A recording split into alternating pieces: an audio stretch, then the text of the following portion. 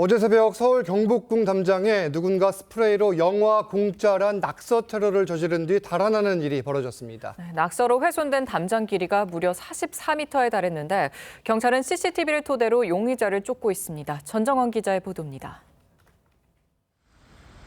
서울 경복궁 담장에 스프레이 낙서가 가득합니다.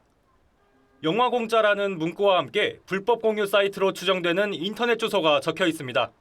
새벽 1시 55분쯤 패딩과 모자로 온몸을 감싼 용의자가 경복궁 서쪽 영추문에서 국립고궁박물관 쪽문 주변까지 44m 길이 담장을 스프레이로 훼손한 건데 이 용의자는 서울경찰청 외벽으로 이동해 낙서를 한 뒤 일행 한 명과 함께 달아났습니다.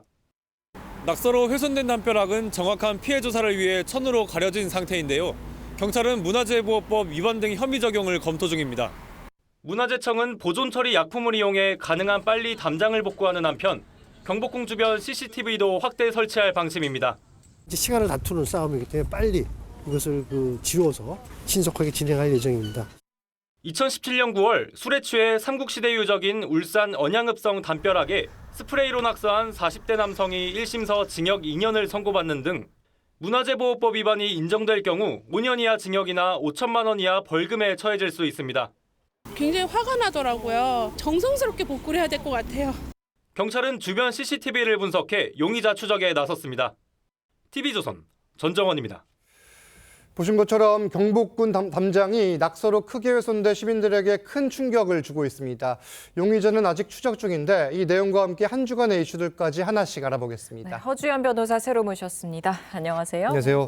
네, 저희가 어제 급하게 전해드렸는데 경복궁 담장의 훼손 범위가 상당한데 용의자를 아직 쫓고 있는 거죠? 네, 아직까지 용의자가 붙잡히지는 않은 상황으로 보입니다. 말씀하신 것처럼 훼손 범위가 최대 44m에 이른다고 해요. 그러니까요. 굉장히 긴 범위의 담장이 지금 온갖 푸른색, 빨간색 스프레이 낙서로 뒤덮인 상황인 건데요. 네.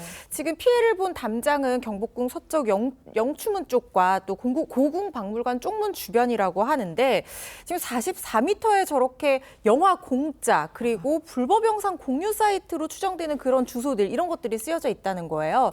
이게 이제 불법 유료 영상의 링크를 걸어서 그래서 이제 서비스하는 불법 공유 사이트인데 뭐 이런 것들을 왜 썼는지는 모르겠지만 일단 주변 CCTV 같은 것들을 통해서 용의자를 특정을 해서 붙잡은 다음에 정확한 범행 경위를 수사해야 될 것으로 보입니다. 네, 정말 저 낙서 사진만 봐도 계속 화가 나는데 현재 문화재청에서는 이 훼손된 담장 복구에 나섰습니다. 낙서를 지우는데 지금 일주일이 걸린다고 해요? 네, 최소 일주일입니다. 그러니까 이게 날씨도 지금 굉장히 춥잖아요. 네. 밖에서 다 작업을 해야 되기 때문에 그렇죠. 속도가 얼마나 날지 모르겠어요. 그리고 방금 보셨던 영상에서 시간 싸움이라고 한 게 왜 그러냐면요. 네. 저 스프레이가 지금은 낙서된 지 얼마 되지 않았지만 시간이 지날수록 굳어서 흡수가 된다고 합니다. 그렇겠네요. 네, 그러면은 이거를 지우는데 훨씬 더 많은 그러네요. 노력과 네. 이 어떤 여러 가지 재료들이 들어갈 수밖에 없는 거예요. 왜냐하면 이걸 그냥 이렇게 물로 지워서 지워지는 게 아니고 뭐 각종 화학 약품 처리나 레이저 세척 등을 통해서 담장은 훼손하지 않으면서 저 낙서만 뽑아내듯이 지워야 되는 작업을 거쳐야 된다고 해요. 네. 그래서 이게 시간이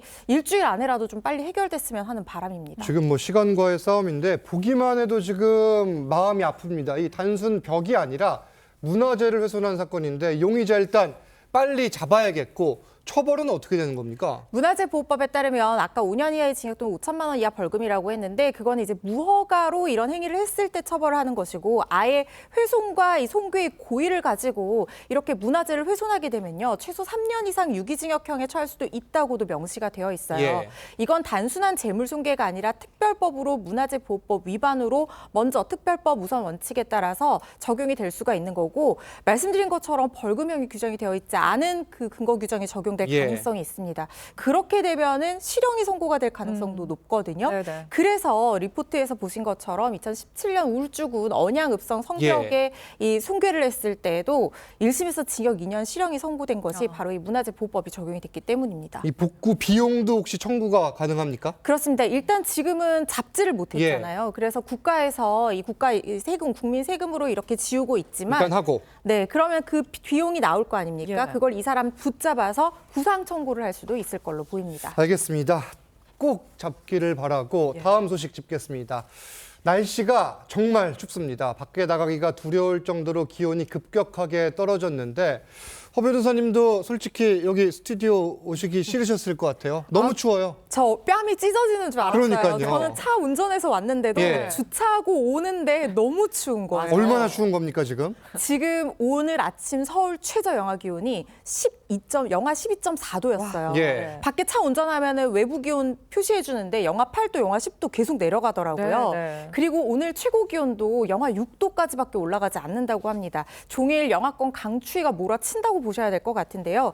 지금 서해안 지역 중심으로는 대설특보가 발효 중인 상황인데 내일 새벽까지 호남 서해안에 7cm, 또 예. 제주 산지에는 많게는 15cm까지 큰 눈이 내릴 가능성이 있으니까 그 지역에 사시는 분들 좀 주의를 하셔야 될 것 같고 해안가에는 강풍특보가 또 발효가 되어 있거든요. 초속 20m 이상 강풍이 불 수도 있다고 하는데 이거는 사람이 걸어가기 힘들고 간판이 이렇게 떨어질 수도 있을 그렇죠. 정도의 강풍이에요. 그래서 주의를 좀 하셔야 될 것 같고 내일도 이렇게 춥다고 하고요. 예. 이번 주 내내 이렇게 한파가 계속된다고 하니까 방한 좀 대비를 좀 잘하셔야 될 것 같습니다. 지금 뭐 항공편과 여객선 운항에도 차질이 빚어졌고 특히 이제 저희가 사진 하나 보여드릴 텐데 어제 급격히 추워진 날씨에 보이시죠? KTX 열차 창문이 깨지는 사고가 발생을 했습니다. 달리는 KTX 창문에 이렇게 금이 간 겁니까? 한겨울에요. 예. 유리창이 동파하게 되는 경우들이 있습니다. 그렇죠. 그런데 이건 동파는 아니고 유리창이 추워서 이렇게 예민해져 있는 상황에서 이 약해진 상태에서 KTX가 고속으로 주행을 하는데 자갈이 튄 거예요. 자갈이 튀었다. 네, 그래서 유리창이 부딪히다 보니까 외부 유리에 금이 간 걸로 돼 있는데 지금 이 KTX 열차는 유리가 한 장으로 되어 있는 게 아니라 내부 유리, 외부 유리 이렇게 이중 구조로 되어 있는데 그렇군요, 또. 외부 유리에만 금이 간 상황이어서 다행히 객차 내 승객들한테 피해가 가지는 않았다고 하고요. 그리고 운행도 정상적으로 이루어지긴 했지만 예. 작년에도 제가 찾아봤더니 KTX 유리창 5개가 깨지는 사고가 이 겨울에 그랬었군요. 있었다고 하더라고요. 겨울에 특히. 네, 예. 그렇습니다. 겨울에는 좀 주의를 하셔야 될 것 같다는 생각이 듭니다. 네, 또 사고 소식도 곳곳에서 전해지고 있는데 오늘 새벽엔 서해안 고속도로에서 또 화물차가 눈길에 미끄러졌어요. 네, 새벽 3시쯤에 정말 아찔한 사고가 서해안 고속도로 서울 방향에서 지금 예. 저 사고 현장 모습인데요.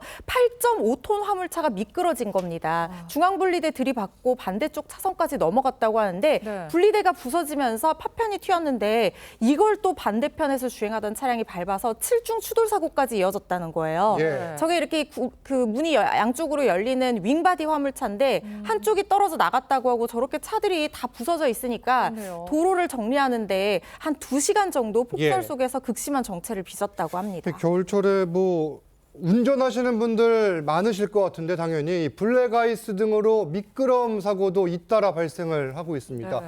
이 부분도 진짜 주의를 해야 돼요. 일단 무조건 눈길, 빗길에서는 예. 20% 감속 운행하도록 도로교통법에 규정이 되어 있고요. 예. 눈이 20mm 이상 내리면 50%까지 감속 주행을 하셔야 돼요. 속도를 줄이시는 게 제일 중요하고 특히 저렇게 블랙아이스는 눈에 보이지 않습니다. 예. 터널 진출입로라든가 뭐 산 그늘 있는 곳이라든가 아니면 특히 새벽 시간대에 정말 주의를 하셔야 되니까 일단 무조건 방어 운전, 감속 운전 하셔야 되고 뭐 체인이라든가 겨울용 타이어 같은 미리 정비도 좀 필요할 것 같고요. 그리고 또 이 만약에 내가 블랙아이스 구간인 것 같다 하면 급브레이크를 밟으면 차가 헛돌게 돼서 예. 사고로 이어질 수가 있어요. 그럴 때는 브레이크를 탁탁 이렇게 나누어서 짧게 밟아주는 방식으로 속력을 줄이시는 게 사고 예방에 도움이 된다고 합니다. 서행하시고 운전에 각별히 주의를 하셔야 하는 때이고 술자리가 많아지는 연말 경찰에서는 이 음주운전 특별 단속을 벌이고 있습니다. 단속에 적발된 운전자들 갖가지 변명을 늘어놓았는데 단속 현장 보시고 직접 이야기 나눠보겠습니다.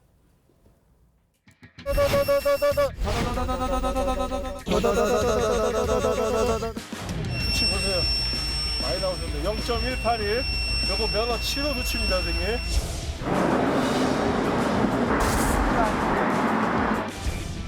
집에 가는데 대리운전 몰랐는데 알고 보니까 법으로 들어갈 수가 있습니다. 아니 이게 한 잔대로 이렇게 나올 수가 있어요?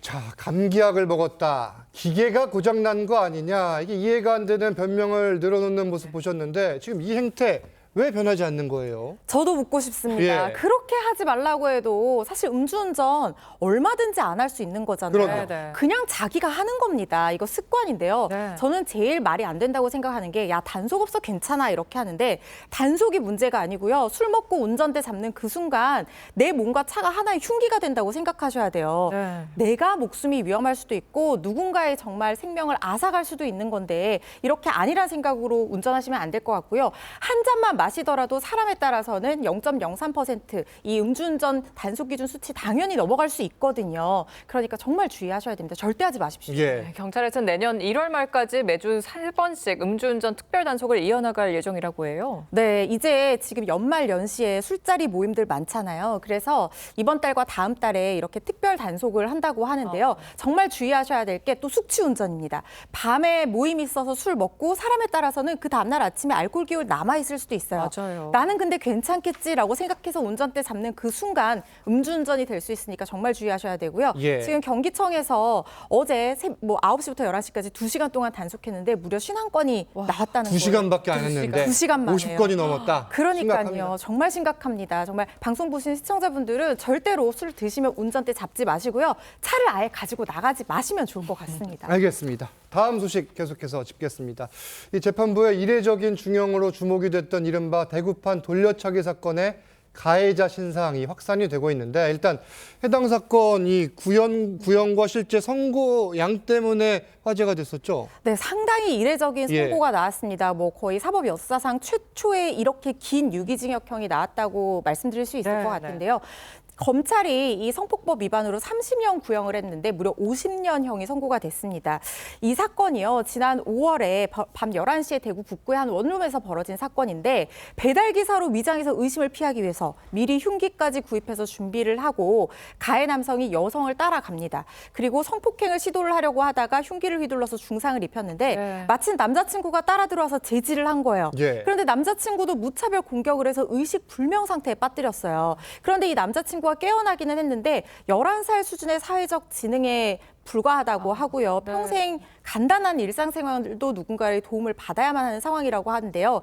이 남성과 피해자 여성 나이가요 23살입니다. 평생 이런 상황에서 살아야 되는 거예요. 그러네요. 재판부에서도 이런 점을 굉장히 무겁게 죄질이 불량하다라고 판단을 한 것 같습니다. 예. 네, 그런데 가해 남성에 대한 신상이 한 유튜버를 통해서 또 알려진 것 같아요. 네, 한 유튜버가 피해자 청원으로 자신의 방송 채널을 통해서 이른바 이 대구판 돌려차기 사건의 가해자다라고 하면서 가해자의 이름, 얼굴, 나이 이런 것들을 공개를 해버렸습니다. 예.